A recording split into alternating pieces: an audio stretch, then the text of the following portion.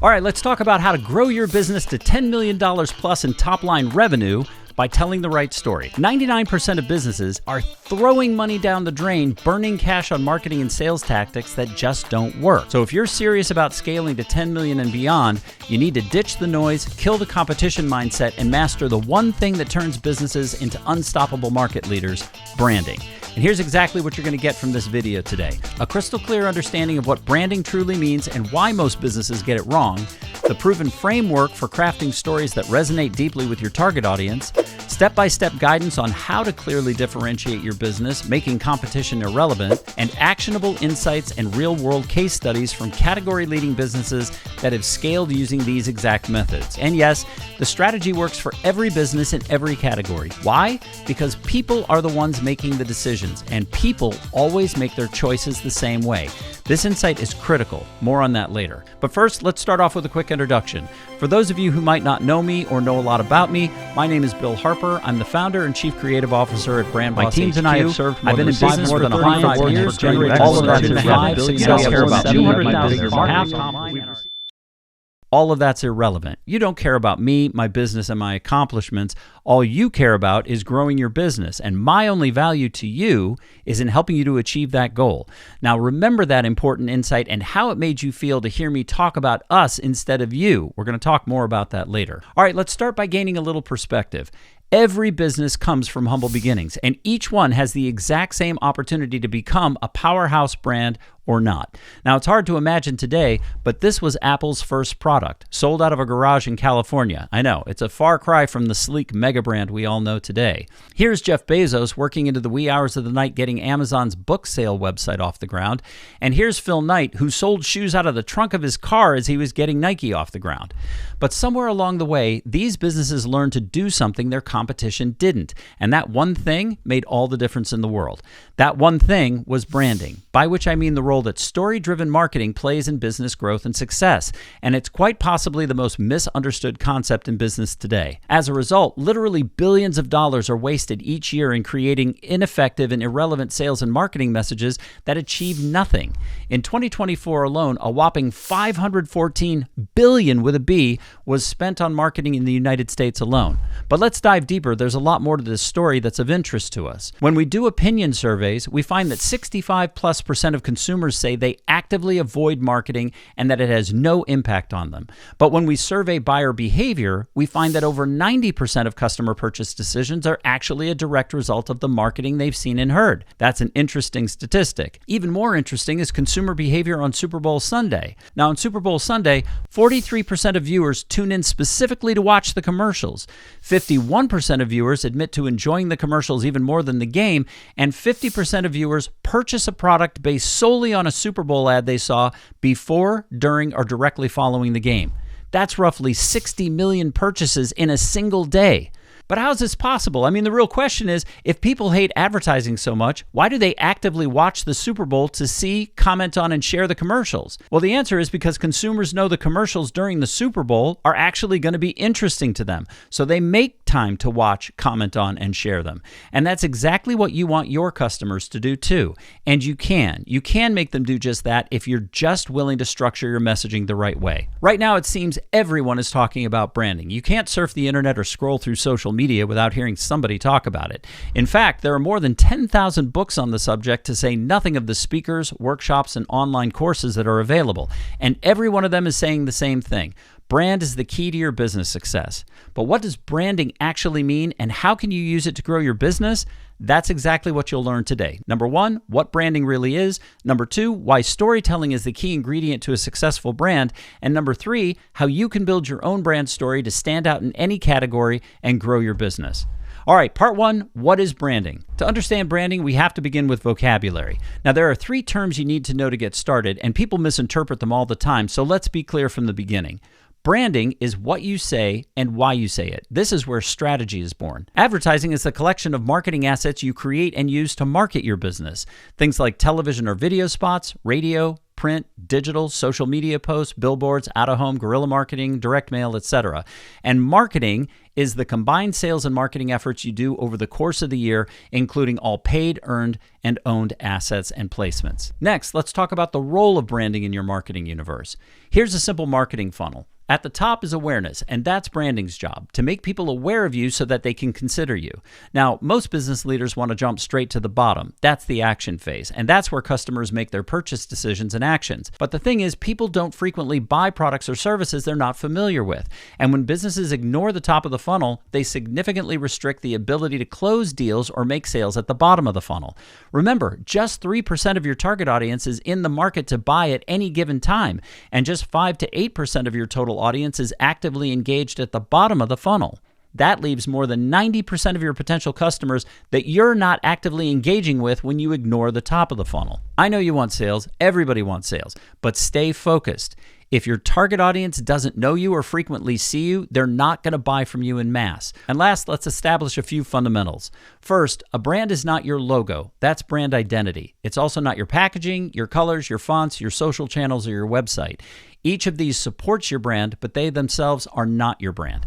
A brand is what people say about you or your business when you're not in the room. And your brand is made up of 3 key elements: narrative, expectation, and reputation. And if you don't define your brand story for your customer, they, or worse yet, your competitors, are going to do it for them. And believe me, they won't do it in your favor.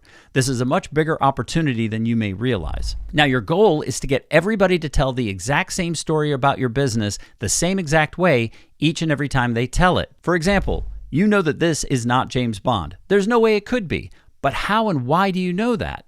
Well, you know that because this man in no way aligns with what you know to be true about the James Bond brand.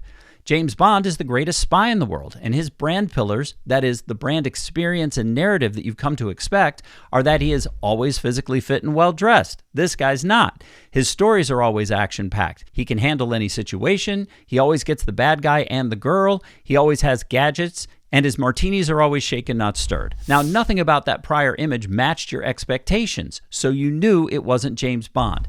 The previous image was what we refer to as off-brand. It's also important to note the brand promise here, what consumers have come to expect from the James Bond brand. They're not buying James. They're buying excitement. That's what this brand is all about. Not spies, not gadgets, not martinis. So why is all this structure so terribly important? Well, it's important because of a fundamental human truth. People choose emotionally and then justify their choices logically, not the other way around. Which brings us to part 2, the power of storytelling. Now, storytelling gives your target audience the emotional connection they need to care about your business and drive engagement. And here's a great example. Now, I'm a car guy, so it always kind of hurts me to use this a little, but it's true. All cars are commodity products. In terms of functionality, they all do the exact same thing. You put yourself and your things in them and you go from here to there and back again. That's it. But now I want you to try and imagine selling the Porsche to a Prius person or vice versa. Good luck. These two owners of these two commodity products would gladly argue all night over dinner about how the other person just doesn't get it because the person that buys the Porsche is buying it for the driving experience. They love the roar of the engine, the craftsmanship of the interior, and the thrill of slinging themselves around corners. But the Prius person wants to save the world one gas tank at a time. Their interests are in reducing their carbon footprint, and they want to get 1,000,000 miles to the gallon. You couldn't talk about the joy of driving the Porsche enough to engage the Prius driver, and you couldn't promote the benefits of the Prius to get the Porsche owner to engage. The values for each, by which I mean the stories that these consumers tell themselves about what's important to them, are totally different. And that's why each customer chooses the brand that they do. And it's also why each brand needs to stand for something specific, so that each driver knows which brand they're supposed to choose. Now, the reason we make decisions this way is because we're hardwired to do so. And to understand that, we have to look at how our brains evolved over time. Now, the first part of the brain to develop was the reptilian brain. This section of the brain is binary decision making. I'm hungry, I eat. I'm tired, I sleep. I'm threatened, I run or I fight. The second part of the brain to develop, the limbic system, acts as the governor to our actions. For example, I'm hungry and my good friend Brian has a sandwich, but I don't pick up a rock and beat Brian over the head and take his sandwich because it would ultimately be detrimental to my standing in the community. The important thing to realize is that neither of these has language. Language didn't show up until the neocortex, and the neocortex's job is to help us rationalize or make sense of the things we do. So if you've ever been in an argument with someone and walked away thinking, oh man, why didn't I say that? Or you told yourself that your life would be so much better if you bought that little red convertible, that was your neocortex trying to help you make sense of the behaviors or desires or impulses the more fundamental parts of your brain approved. This is why we decide emotionally and justify logically. We can't help it. Every single decision we make goes through this process. It just happens so quickly we're not aware of it. And when we try to bypass the emotional part of the process, we get really poor results because without an emotional component in place, our brains simply can't figure out why we should care. So we don't. Which means that sales and marketing's job isn't actually to sell stuff. And let me say that again because it's hard to hear the first time around. Sales and marketing's job is not to sell stuff. Its job is to get people to care and pay attention. And the thing we're looking for is one particular emotional response. We refer to this as the emphatic hell yes. And the best possible reaction is the one that gets people to say, wow, these people really get it, which actually means these people see the world the same way I do. They understand what's important to me. They understand my circumstances, and they have something that will make my life better. And that leads us to the four most important words in business. It's not about you. It's never been about you. It's always been about changing your target audience's circumstances for the better. So if you take nothing else away from this video, remember this. These four words are the key to your success. And here's a great example of what I mean. Here are two competing blender brands suffering this exact problem. Both of them are trying to list all the features of their products in an effort to get you to see their value. They think that if they list enough things or make enough call-outs, that you'll somehow see how much better their product is than everybody else's. What, your heart's not racing with excitement to run right out and buy one of these? Yeah, neither is anybody else's. That's the point. Well, we refer to it as the what trap. And if you go back to when the business first started, founders are under tremendous social pressure to show that their business idea can work. They hear things like, what, you're not leaving a job to go do this, are you? I mean, do you know how many businesses fail? And where do you think the money's going to come from? And there are so many competitors. What makes you special? And all that worry and negativity and doubt leads them to one very predictable conclusion. If I can just make a product good enough, the people will buy it, and I'll show the world this isn't some crazy harebrained idea. And in that moment, all the attention goes to what they're going to build. It all focuses on the mousetrap. What they're going to build begets how they're going to build it. How they're going to build it begets who they need to hire in order to get the job done. Well, then people start buying, and then people start getting hired, and now you have operations and finance and management and production to think about. And if you notice, all the attention stays inward. The buyer keeps getting pushed to the back burner. It's just not a top concern to think about them, what they want, or how they experience things. And for most business owners, what they make becomes reason enough for customers to want to buy. But that's not true for customers. Now, a bunch of you are probably thinking, but Bill, our products and services really are great. Our people are great. Our history, our testimonials are great. If the people just knew how great everything was, they'd be lining up to buy from us. Oh yeah? Let's take a minute to challenge that perspective. Now, everything you need to know about how consumers really see the world you can get from a story about a tow truck. And here's how it goes. Imagine that you've been working on something that's really important to you for a while. Whatever it is, it's important, and you've been working on it for a long time, and today is the big day, and you're ready to go. It's a 30-minute drive, and you've got an hour to get there, effectively giving you a half-hour window to get things dialed in when you arrive. But as you pull out of the garage, you see it's raining cats and dogs, maybe even hailing. And as you pull onto the highway, the worst possible thing happens, and you pop a flat. Now, normally you just jump out and fix it yourself, but it's raining and it's nasty, and you're on your way to this big event, and you're all dressed up, so you call for a tow truck. Now, it takes the tow truck driver 15 minutes to get there, and they haven't even started work yet, effectively cutting that 30-minute cushion you were relying on in half. So the tow truck driver walks up, knocks on the glass, and says, "Did you call for a tow truck?" Yeah, you say, looking at your watch. You know, he says, "You made the right decision calling our towing company." See, our towing company has been in business longer than any other towing company in the country. Our hiring and training process is the most rigorous and advanced in the industry. We've won a ton of awards for it. You see that truck back there? That's a proprietary truck that only we have. We worked with Mack Trucks for more than 3 years to get it just right. And the real special sauce is our tires. We worked with Michelin to create a totally unique rubber that will never slip in rain on a day like today because we care about you and want you to know that protecting your second biggest investment, your car, is as important to us as it is to you. Now, what are you thinking about the entire time this clown is talking? Shut up and fix my damn tire. I've got things to do. Right. Now, imagine the same truck, same tires, same driver, only this time he knocks on the glass and says, You call for a tow truck? Yeah, you say. Good, he says. Sit tight. Our motto is on the road in 15 minutes or less. We know you've got things to do. And off he goes to do the work. Which company will you tell your friends about at dinner, and which companies will you avoid like the plague? Same exact company, very different outcomes.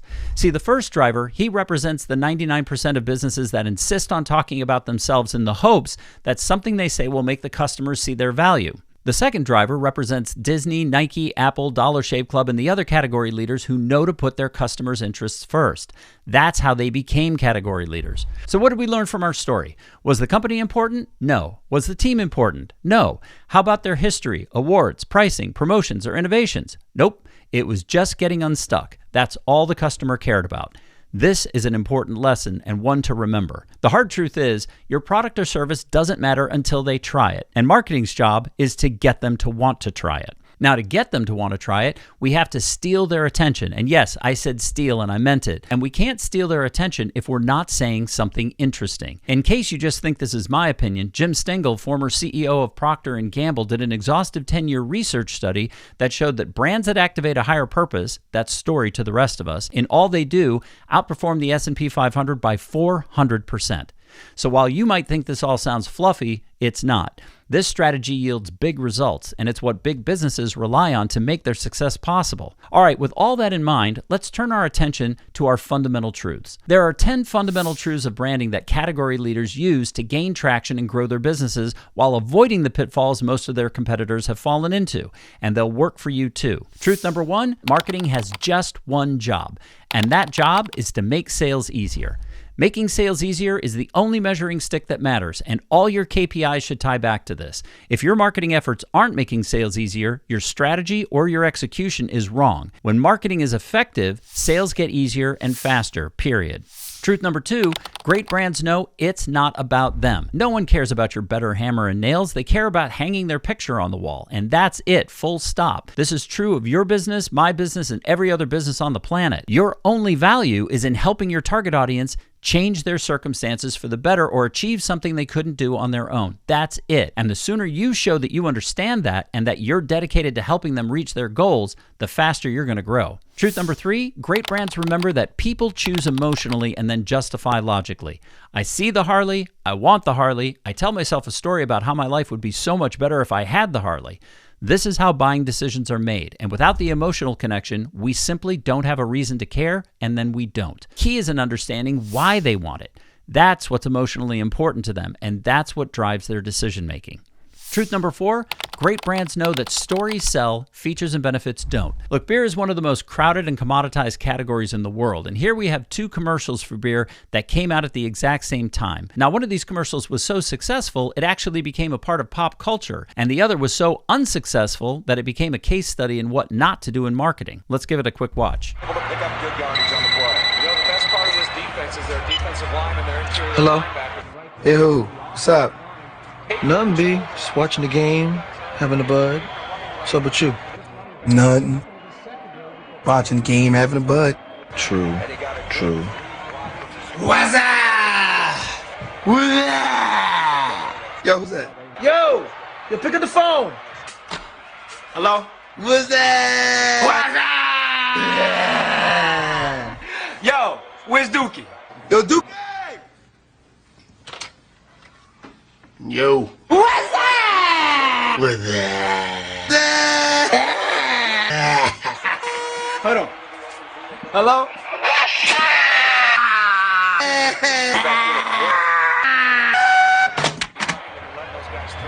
So what's up, B? Watching the game, having a bud. True.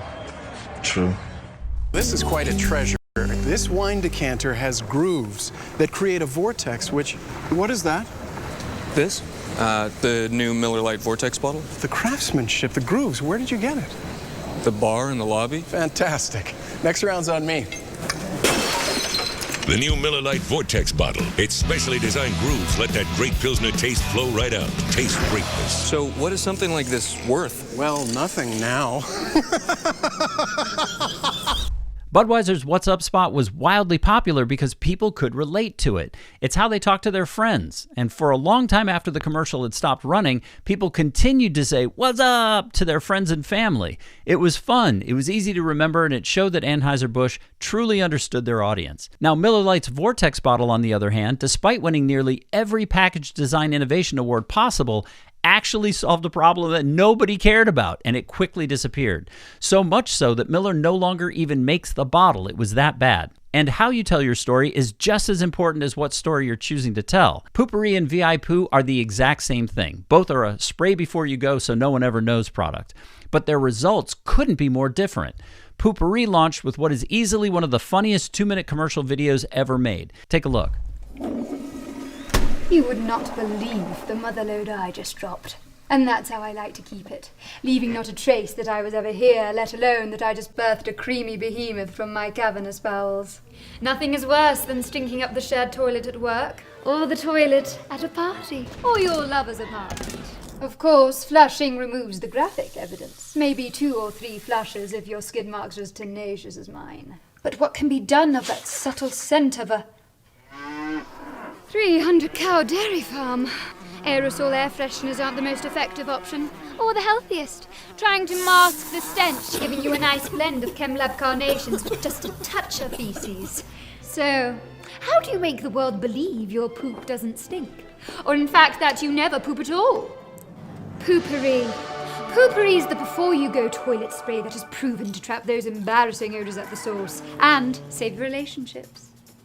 Simply spritz poopery in the bowl to create a film on the water's surface that actually traps the odours in their porcelain prison. And when your little astronauts splash down and make contact with the film, they release poopery's pleasant aromas, so all those around you can smell as a refreshing bouquet of essential oils. Yes, it is a real product. And yes, it really works. We've sold over 4 million bottles. On Amazon alone, there are over 1,000 reviews rating it 4.8 of 5 stars. That's a better Amazon rating than the iPhone 5. If it doesn't completely stop your stench from spreading, send it back for a full refund. Our unconditional stink-free guarantee. If your poo stinks, click here to get your poopery today at poopery.com. So whether you need to pinch a loaf at work, cut a rope at a party, or lay a brick at your boyfriend's, your days of embarrassing smells or prairie dogging it are over. Poopery. Our business is to make it smell like your business never even happened.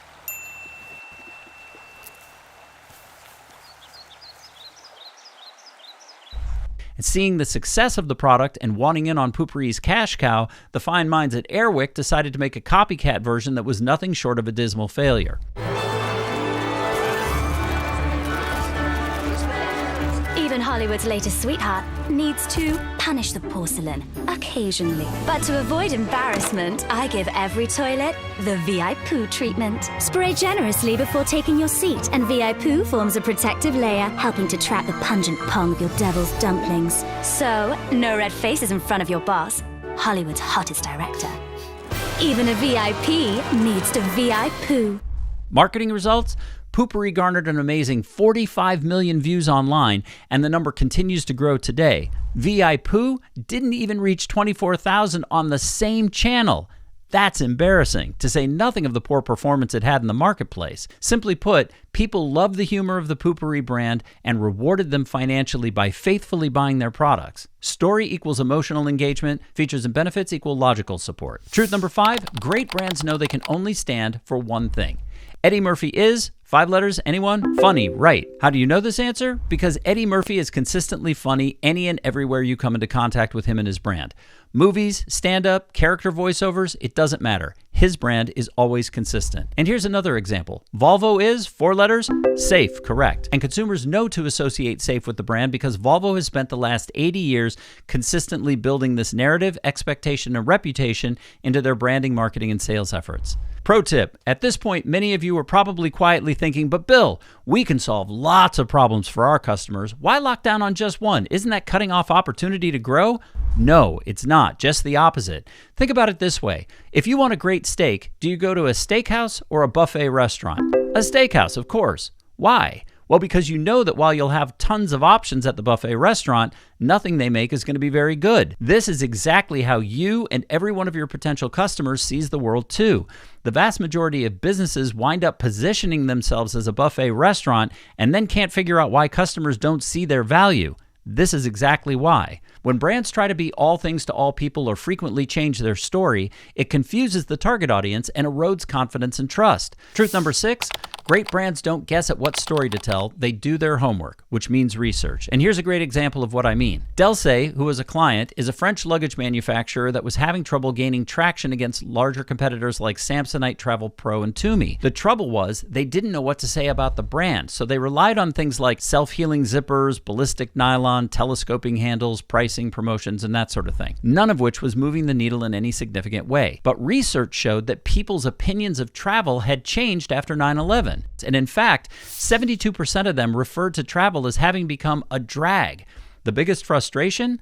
Overweight bag fees. Well, at that time, Delsey was launching a lightweight test product in the US called Helium. Now, no one at corporate expected people to care about this product line at all. Most of Delsey's competitors had tried and failed to successfully launch a lightweight product. Consumers just didn't seem to care. But we realized there was a huge opportunity to position Delsey as the lightweight luggage leader for North America by positioning Delsey as the answer to the drudgery of modern travel and that overweight bag problem. With a campaign we called Travel Light, we played on the way American consumers used the term light to mean effortless and fun, and a category leader was born. Year 1, we ran the wet cement ad, where the woman walking leaves tracks but the bag doesn't. Gone were the bullet points, price points, and other uninteresting information. Instead, we created a lightweight tag, which you can see up in the top left, that we had Delsey sew into all of their bags in the United States. The results? A whopping 86% increase in sales for North America year 1 alone. Year 2, we released the Bubbles ad and gained another 72% growth. And years 4, 5, and 6, the campaign became even more playful, with ads like our baggage handler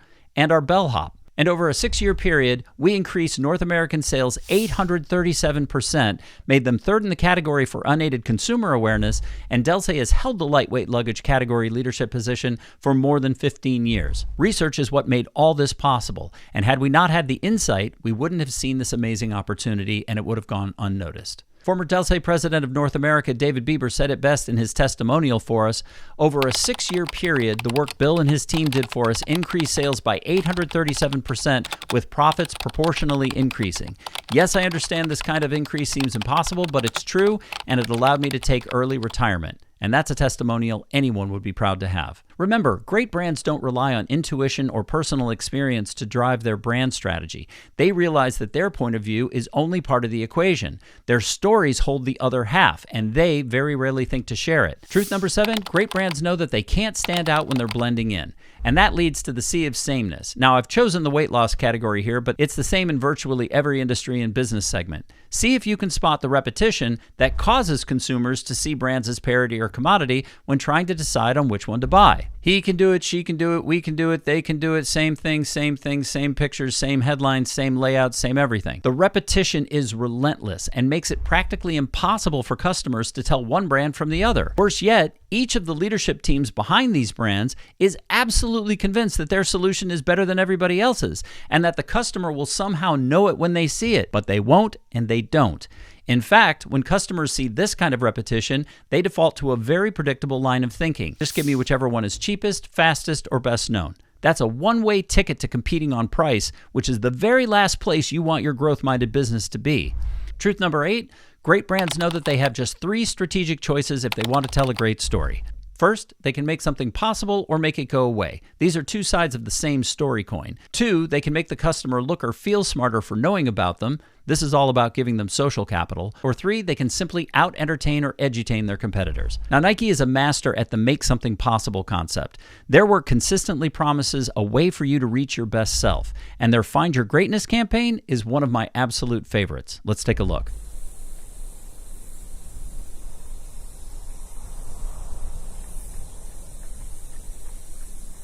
Greatness. It's just something we made up. Somehow we've come to believe that greatness is a gift reserved for a chosen few, for prodigies, for superstars, and the rest of us can only stand by watching. you can forget that. Greatness is not some rare DNA strand. It's not some precious thing. Greatness is no more unique to us than breathing. We're all capable of it. All of us.